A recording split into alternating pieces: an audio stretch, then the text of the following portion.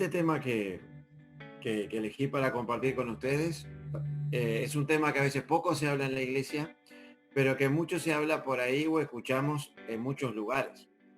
Principalmente a veces los grupos de rock que hacen muchas canciones y hablan sobre ese tema. Y ese tema es el infierno. ¿Han escuchado ustedes muchas predicaciones que hablen sobre el infierno? Tal vez no. ¿Sí? Decía Ferace, me acuerdo cuando viene a una conferencia, que muchas veces se hablan de muchos temas, pero poco se habla acerca del infierno. Pero, sin embargo, fuera de la iglesia, nosotros escuchamos muchas veces la palabra esta y la gente la usa para describir muchas situaciones. Hay gente que vive una situación penosa, de peleas, de maltrato. Entonces dice, esto es un infierno. O hay muchas canciones, me acordaba de grupos de rock, que a veces los adolescentes, si les gusta mucho el rock, escuchan grupos como AC/DC y otros ahí, como yo que sé, mira, había una canción que se llama Autopista al Infierno, otras Campanas del Infierno. Bueno, películas donde siempre nos vemos en el infierno, o te viven mandando al infierno, nos vemos en el infierno. Bueno, la cuestión es que esa palabra y caracterizar cosas malas con la palabra infierno es algo común. Ahora, ¿cuán real es el infierno? ¿Sí? A veces ustedes son medio chicos, pero si alguno fuera a quinto del liceo, capaz que alguno vaya, sea humanístico, hay una obra que se llama La Divina Comedia, de un autor italiano que se llama Dante Alighieri, que trata, uno de los capítulos es sobre el infierno, por ejemplo, el canto 5. Entonces, y esa es una obra de la Edad Media, así que siempre este tema ha andado por todos lados. Entonces yo pensaba en lo siguiente: para poder tratar este tema tenemos que tener algunas cosas bien claras, especialmente Guricé, porque hoy en día se nos trata de meter en la cabeza, miren, en el liceo o en la escuela, si hay alguno que va a la escuela todavía, por medio de las canciones, por medio de las películas, por medio de la propaganda, de la publicidad, nos tratan de meter que en realidad ya eso de que hay una verdad única pasó de moda, que ahora la verdad es de cada uno tiene su propia verdad. Entonces, si cada uno tiene su propia verdad, todo vale. Eso ha llevado a que hay una incertidumbre y la gente por lo general no sabe ni para dónde va a ir.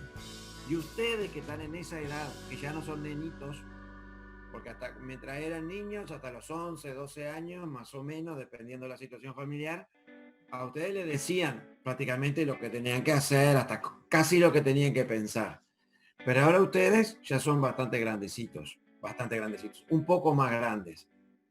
Entonces ustedes están construyendo su propia identidad, están construyendo una concepción y una visión de la vida. Entonces hay temas que les tienen que quedar claros. Y si aún capaz que los tienen claros, pero tienen que tenerlos claros para defenderse y presentar defensa de por qué opinan de la manera que opinan. Porque los profesores en el liceo, o a veces películas, canciones, compañeros, a veces salen charlas interesantes, porque uno cuando es adolescente no siempre está paveando. Hay veces, rara vez, no, pero hay veces que habla en serio. Y salen conversaciones. ¿Sí? Yo me acuerdo cuando uno se iba de repente a quedar a la casa del otro, ahora con esto del COVID, sí, está un poquito cambiado eso, pero hay veces que se ponía a hablar de temas trascendentales. Che, ¿alguna vez te pusiste a pensar de tal cosa, tal otra? Entonces, hay cosas que yo tengo que pensar. Y le quería decir, eso es una mentira, que cada uno tiene su propia verdad. ¿Sí? La verdad existe. Jesucristo dijo, yo soy la verdad. Mi palabra es verdad. Entonces, está comprobado que la palabra de Dios realmente es la verdad, con mayúscula, y Jesucristo es la verdad.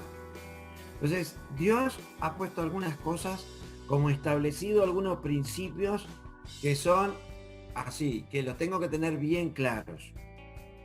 Y vamos a ir ahora de lo macro a lo micro, y espero no ser ni muy entreverado ni nada, pero esto les tiene que quedar claro, gurises. Por más que nunca lo hayas pensado, por más que seas cristiano, que tu familia sea cristiana, que seas creyente de chiquito, o de repente hace poquitito que vienes a las reuniones por Zoom, capaz que ni sabes porque estás en la reunión hoy, pero bueno, estos son temas que hay que tenerlos claros porque son temas que no solo son para ahora, sino son para la eternidad. Y lo primero que tenemos que tener claro y que Dios se encarga de establecer como algo que es así y no importa lo que opinan los demás, es que es lo que dice Hebreos 9:27. Y así como cada persona está destinada a morir una sola vez y después vendrá el juicio. Sí, a veces está eso de la reencarnación y hacen chiste. ¿Y qué eras tú antes? ¿Eras un bichito? ¿Eras aquello? Pero en realidad eso es todo verso. La Biblia es bien clara. Las personas vivimos una sola vez, ¿sí? Morimos, o sea, todo lo que todos nosotros que tenemos asegurada, la muerte. Más temprano o más lejos en el tiempo, si Jesucristo no viene a buscar a su iglesia antes, todos vamos a morir. Ahora la cuestión es, ¿y qué pasa después? Y ahí dice, y después todos van a tener que compadecer delante de Dios, de distintas maneras. Ahora después vamos a ver eso. Y la Biblia habla de esa imagen que se ve ahí, que es el gran trono blanco, que es donde las personas van a tener que compadecer delante de Dios. Después vamos a ver quién es, pero bueno. Hay otro versículo, Fiorella cambió, y dice, Apocalipsis 20, perfecto, 20 del 11 al 13 dice, y vi un gran trono blanco, al que estaba sentado en él, de cuya presencia huyeron la tierra y el cielo, y no se halló lugar para ellos. Pero miren lo que dice después. Y vi a los muertos grandes y pequeños, de pie delante del trono, y los libros fueron abiertos. Y otro libro fue abierto, que es el libro de la vida. Y los muertos fueron juzgados por lo que estaba escrito en los libros, según sus obras. Entonces, lo primero que quiero decir, ¿sí? Número uno, la vida no se termina en el cementerio. ¿Sí? La vida no termina acá en esta tierra, sino que trasciende. La cuestión es dónde vamos a pasar luego que nos vayamos de acá. Dice después, o sea, lo primero, todos vamos a tener que un día estar delante de Dios, ¿sí? Y ahí Dios va a decirnos, ¿sí? Vida eterna o juicio. Ya aquellos que hemos creído en Jesucristo ya sabemos que no vamos a tener que estar delante de Jesús para juicio, sino para ser premiados. Pero el resto de la humanidad va a tener que estar delante de Jesucristo. Ahora, la otra verdad, la número 2. Hay dos lugares donde se puede ir después de la muerte, nuestra alma, nuestro espíritu. ¿Sí? Dice en Mateo 25:46, e irán estos al castigo eterno y los justos a la vida eterna. O sea que hay un castigo eterno y hay una vida eterna. Dice Jesús, yo soy la puerta, si alguno entra por mí, será salvo. Y entrará y saldrá y hallará pasto. Y ahí, como ven en la imagen, el Señor dice, yo soy la puerta, quiere decir que para salir, y nos da esa idea. Si toda la humanidad va en una dirección, pero sí que es hacia el juicio de Dios. Pero Jesús es la posibilidad de salir de ese camino y tener el camino de la salvación. Punto 1, todos un día tenemos que convalecer, ¿sí? Tenemos que dar cuenta delante de Dios. Punto 2, hay dos lugares posibles donde las personas pueden ir después de que se mueren, el cielo o el infierno. ¿Saben que me da tristeza muchas veces cuando ustedes capaz que adolescentes nunca van a velatorios? Y la gente no le gusta ir a un velatorio. A mí tampoco me gusta ir a un velatorio, sería medio anormal si me gustaría ir a los velatorios, pero una vez se va y escucha esto de frente de una persona que sufrió de una enfermedad de esa que la tuvo a mal traer mucho tiempo. Bien, ahora está mejor. Y se consuelan con esa frase, ahora está mejor. O, ahora descansa en paz. O, bien, ya está, se terminó todo. Entonces, esas cosas son tremendas porque la gente pone su confianza y su esperanza en cosas que la Biblia no dice. Porque si esa persona se fue de este mundo sin haber arreglado sus cuentas con Dios, no está descansando en paz. Es más, podría ser una persona que, por ejemplo, tuvo un cáncer por meses, que lo tenía a maltraer, totalmente dolorido, pidiendo la muerte. Pero si esa persona se fue a la eternidad sin haber arreglado sus cuentas con Dios, está en peor condición de la que estaba acá en la tierra, ¿sí? Porque está en la condenación. Entonces, esas cosas son muy importantes tenerlas en cuenta, Ulises. Porque hoy en día, a veces con todo esto del COVID-19, los jueguitos, el internet, todo esto, que una semana voy al liceo, la otra semana no voy nada, o voy cada tanto, hay mucho barullo. Y a veces pierdo de vista cosas que realmente son importantes. Después, otro punto que es importante es este. El diablo que los engañaba fue lanzado en el lago de fuego y azufre, donde está la bestia y el falso profeta, y serán atormentados día y noche para siempre jamás. Y ahora recién estoy entrando en lo que quería entrar, que va a ser rápido, no se preocupen, que es, todos nos vamos a morir un día. Todos vamos a partir de este mundo, si Cristo no viene antes, a un lugar u otro. La condenación o vida eterna junto con Dios. Ahora, muchas veces hablamos del cielo, qué lindo va a estar el cielo. Ahora, ¿qué dice Dios? ¿Cómo es esa condenación? ¿Sí? ¿Qué dice la Biblia de lo que es el infierno? Saben que la Biblia habla de dos lugares. Habla de un lugar que se llama el Hades, que es el lugar donde las personas que mueren sin arreglar sus cuentas con Dios están esperando el juicio de Dios.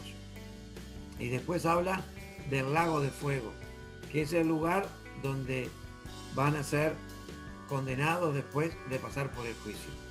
Si no entienden mucho de esto, pregúntale a sus líderes después. Pero por lo menos hoy les quiero dejar ideas de lo que es ese lugar, que muchas veces hablamos a la ligera, que muchas veces nos reímos, que escuchamos en la iglesia mensajes que dicen, hey, si no crees te vas al infierno. Y uno a veces escucha al que le está dando la clase y se familiariza con la palabra infierno. Y ya que sí, bueno, el infierno, yo que sé, como que me digan te vas a ir al supermercado. Cielo, infierno, da lo mismo.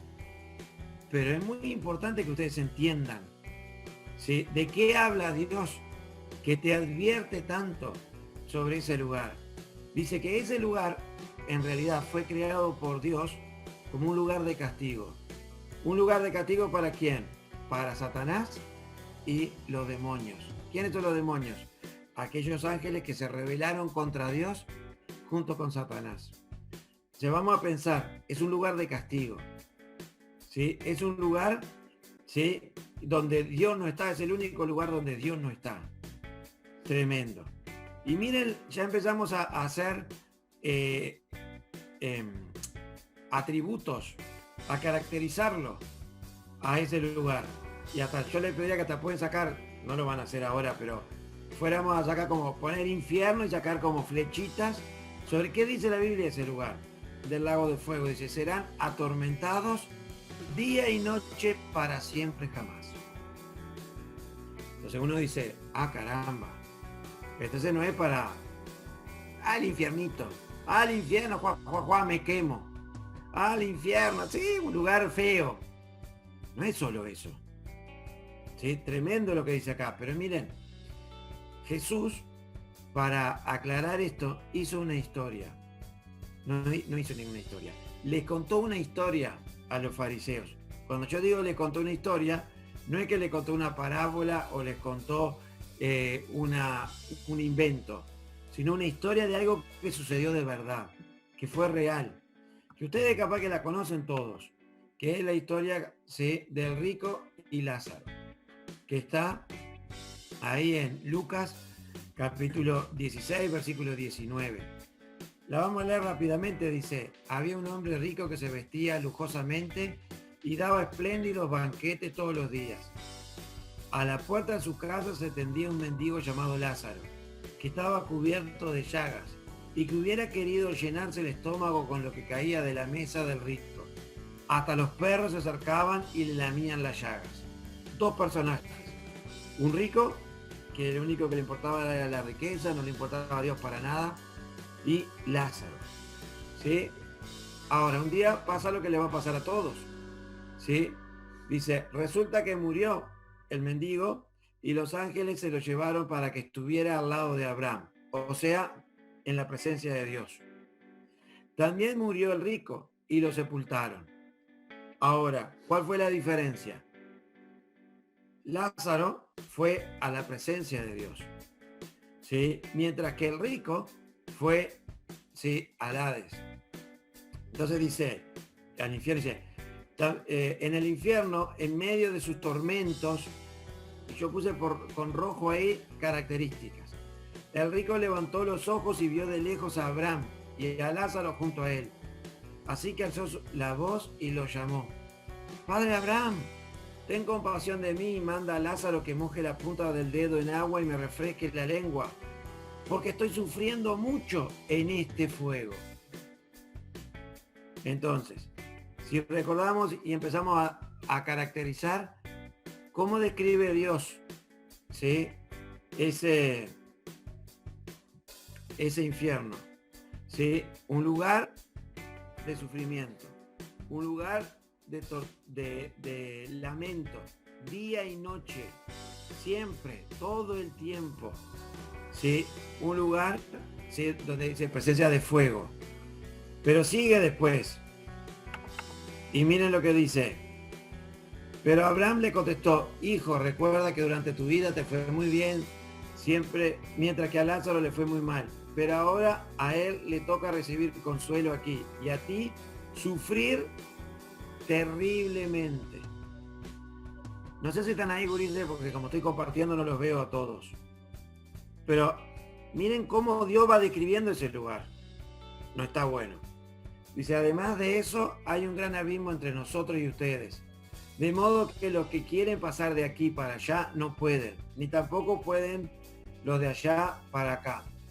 Eso podríamos comentarlo, pero no lo quiero comentar. Después dice, él respondió, entonces te ruego, Padre, que mandes a Lázaro a la casa de mi padre, para que advierta a mis 5 hermanos y no vengan ellos también a este lugar de tormento. Pero Abraham le contestó, ya tienen a Moisés y a los profetas, que les hagan caso a ellos. No les harán caso, padre Abraham, replicó el rico. En cambio, si se les presenta uno de los muertos, entonces sí se arrepentirán. Bueno, y ahí viene la respuesta de Abraham. Pero otra cosa que vemos de lo que va a suceder en el infierno, en ese lugar de castigo. Vieron que el rico, ¿cómo tendría que estar el rico? Calladito la boca. O sea, lamentándose, sufriendo, pero era justo que él estuviera ahí en ese lugar. Sin embargo, ¿vieron que sigue en su misma arrogancia? Le dice a Abraham, Abraham, tú que también sos como yo, me haces el favor y mandas a Lázaro, al pobre, al mendigo, a que le vaya a avisar a mis familiares. O sea, no hay arrepentimiento. Sigue habiendo el mismo orgullo. Entonces eso no quiere decir que la gente que esté en el infierno, que esté en la condenación, va a seguir tan arrogante, ¿sí?, y orgullosa y sin arrepentirse como cuando estuvo acá en la tierra y no aprovechó la oportunidad que Dios le dio. Ahora, quiero, para ir rapidito, ¿sí?, y ver algunos versículos más. Yo acá le puse unas imágenes que esto, claro, es como se lo imagina la gente, ¿no? Dios no nos dejó ninguna imagen del infierno, pero uno puede ir en base a las descripciones construyendo, ¿no?, una imagen. Pero miren estos versículos, ¿sí? Solo leo lo que está en rojito y ustedes después le pueden sacar una foto, eso lo pueden ver. Mateo 8:12. Habrá llanto y rechinar de dientes. Eso quiere decir sufrimiento, angustia, lamento, ¿sí?, tristeza, dolor, todo lo que ustedes quieran ponerle ahí en ese combo de algo tremendo. Marco 9:48. su gusano no muere y el fuego no se apaga. ¿Y qué quiere decir eso? Su gusano no muere. Quiere decir que la conciencia va a estar continuamente diciéndole a esas personas, desaprovechaste las oportunidades que Dios te dio. Porque nadie va a poder ir al infierno y decirle a Dios, no, pero nadie me dijo que existía esto. Sino Dios se da a conocer de muchas maneras. Y dice, y el fuego no se apaga. O sea, no tienen descanso. Continuamente es el sufrimiento. Pero lo peor que tiene el infierno no es eso. ¿Saben qué es lo peor que tiene el infierno? ¿Sí? Es esto que dice Mateo 7:23. Cuando dice, entonces les diré claramente a aquellos que no creyeron, jamás los conocí, aléjense de mí, hacedores de maldad.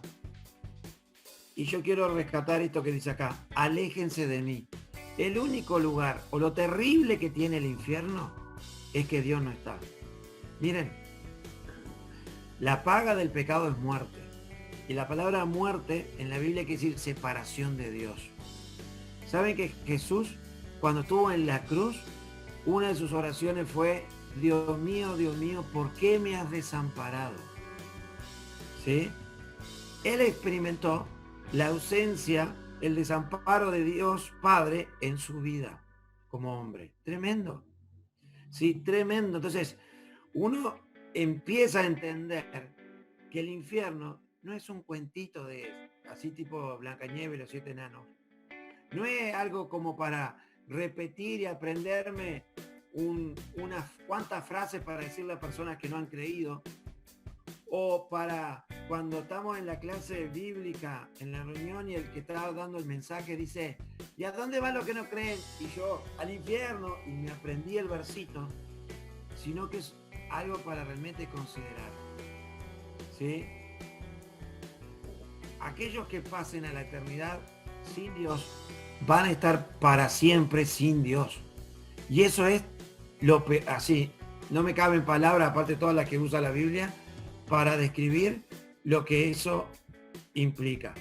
Entonces, ¿cuál es tu camino? Es la pregunta que se me ocurría. ¿Sí?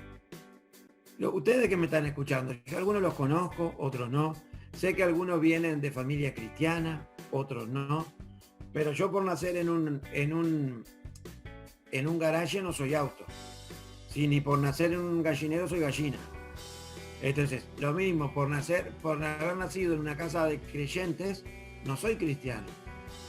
Es más, ¿sí? La Biblia dice que todos nacemos condenados, que todos nacemos pecadores y que tenemos un mismo destino. Y ese destino es, ¿sí?, el lugar ese que es el lago de fuego. Porque, ¿sí?, la Biblia dice, por cuanto todos pecaron y están destituidos de la gloria de Dios. La paga del pecado es muerte.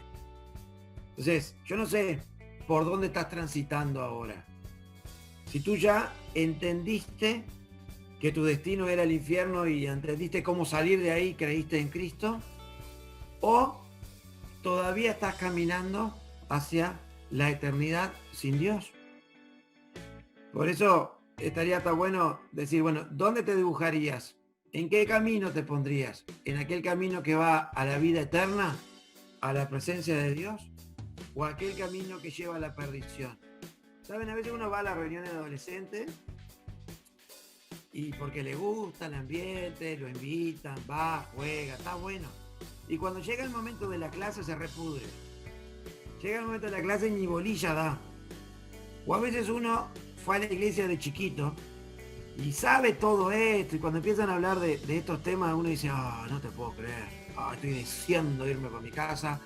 O de repente pone ahí como que estuviera atendiendo el Zoom, pero está en otra.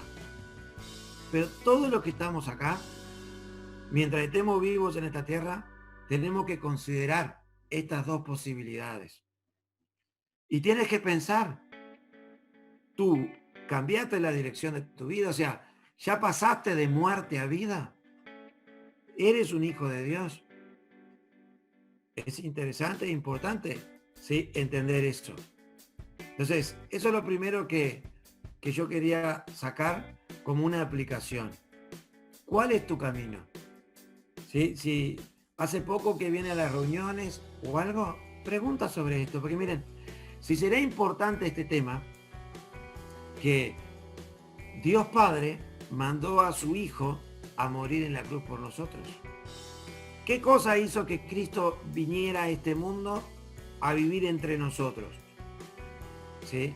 Que Dios no quiere que nadie vaya a la perdición. No quiere que nadie vaya a la condenación. ¿Sí? Pero la paga del pecado es muerte. O sea, Dios no hace vista gorda a los pecados. Por eso mandó a su Hijo Jesucristo.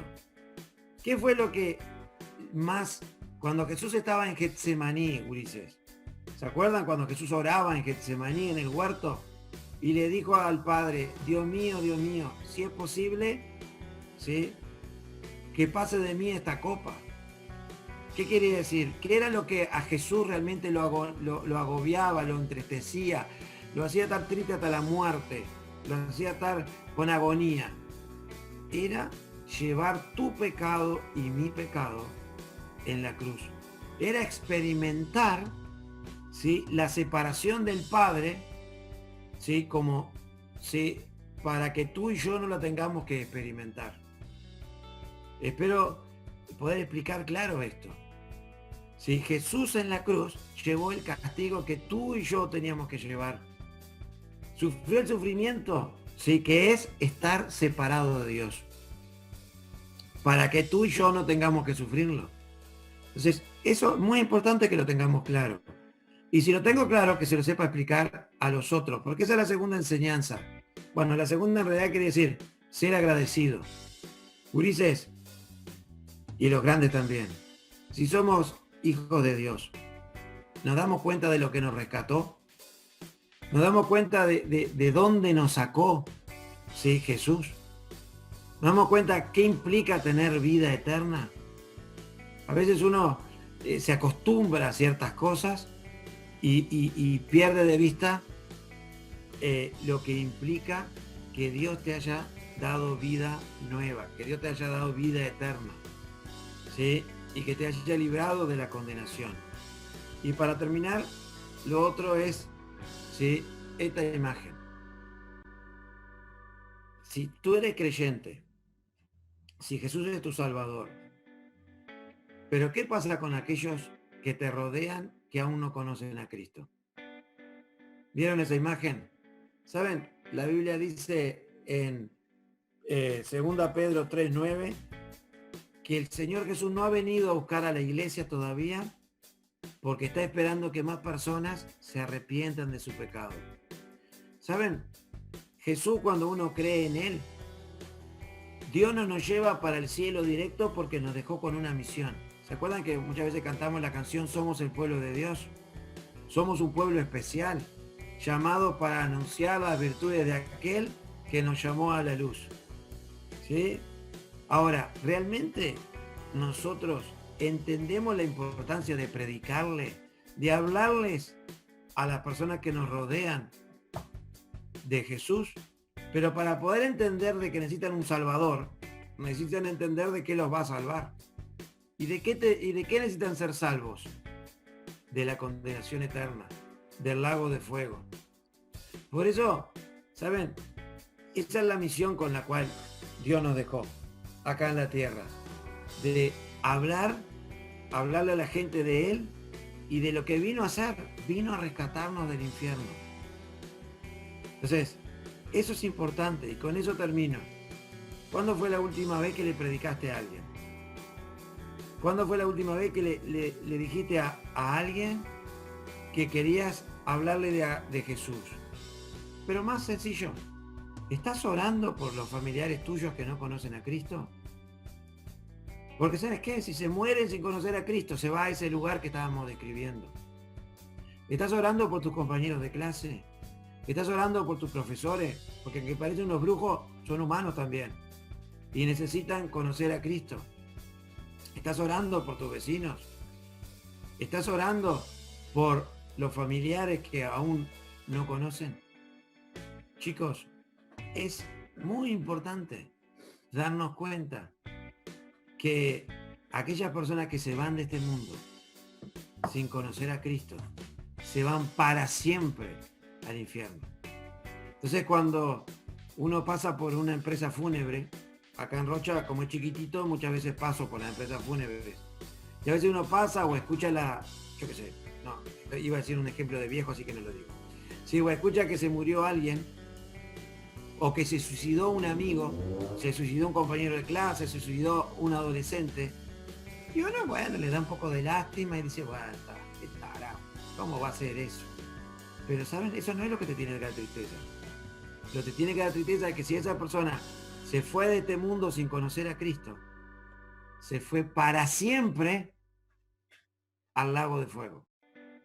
En el infierno, al lago de fuego, a ese lugar donde era el lugar para Satanás, para los demonios y para todos aquellos que rehúsan creer en Jesucristo. Juan 3:16 dice, de tal manera amó Dios al mundo que mandó a su Hijo unigénito, para que todo aquel que en él cree no se pierda, mas tenga vida eterna. ¿Y saben lo que dice el versículo que le sigue? Dice,